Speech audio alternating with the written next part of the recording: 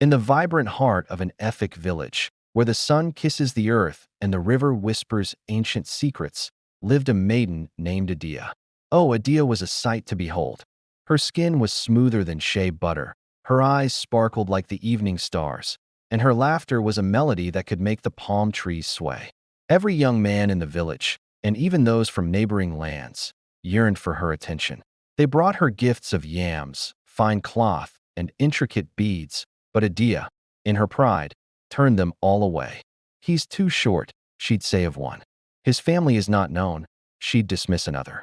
Adia believed she was destined for someone extraordinary, someone far grander than any local suitor. Her mother, a wise woman with lines of experience etched on her face, would often caution her. "My daughter," she would say gently, "a good heart is worth more than a handsome face. Do not let pride blind you to true worth." But Adia would simply toss her head, her beautiful braids dancing, and ignore her mother's wisdom. She was convinced that a man as perfect as her dreams would one day appear. One market day, as the air buzzed with chatter and the scent of spices, a stranger arrived. He was unlike anyone Adia had ever seen. He was tall, his posture regal, and his clothes were woven from threads that shimmered like captured moonlight. His face was perfection itself, a sculpture of masculine beauty. When he smiled, his teeth were as white as polished cowries. The market fell silent as he walked, his gaze sweeping over the crowd until it landed on Adia.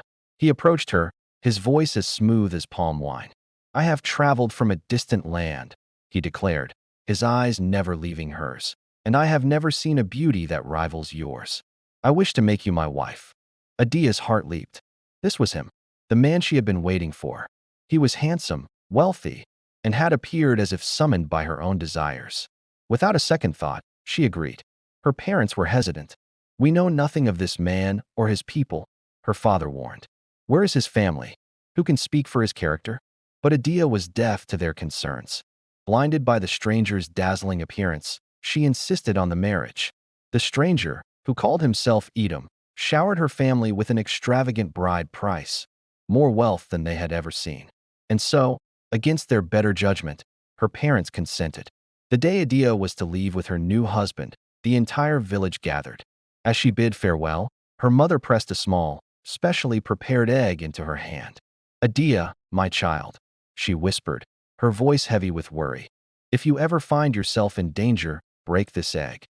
Adia, annoyed by her mother's persistent gloom, tucked the egg away without much thought.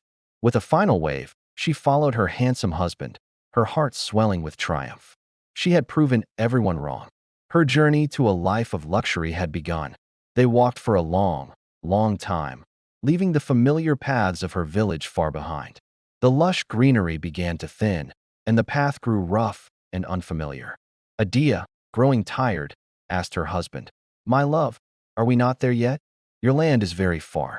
Edom simply smiled, a smile that no longer seemed as warm, and urged her onward. As they journeyed deeper into the strange wilderness, a man with only one leg approached them. He bowed to Edom and said, "Master, I have come for the leg you borrowed."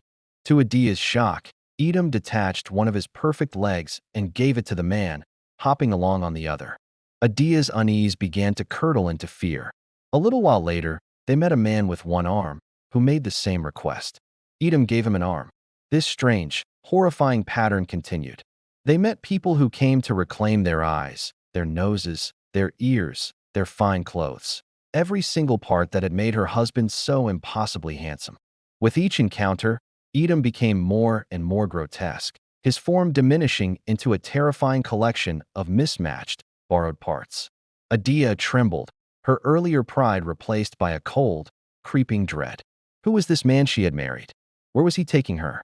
Finally, they arrived at his home. It wasn't a palace as she had imagined, but a desolate land filled with skulls and bones, a place that reeked of decay. The air was thick with the silent screams of those who had come before her. Her husband, now a horrifying skeleton with hollow eyes, turned to her. His voice was no longer smooth but a dry, rattling whisper that echoed from his bony jaw. "Welcome to the land of the dead, my beautiful bride. You loved my borrowed beauty, so now you will be my queen in this kingdom of bones." Adia screamed, a raw, piercing sound of pure terror.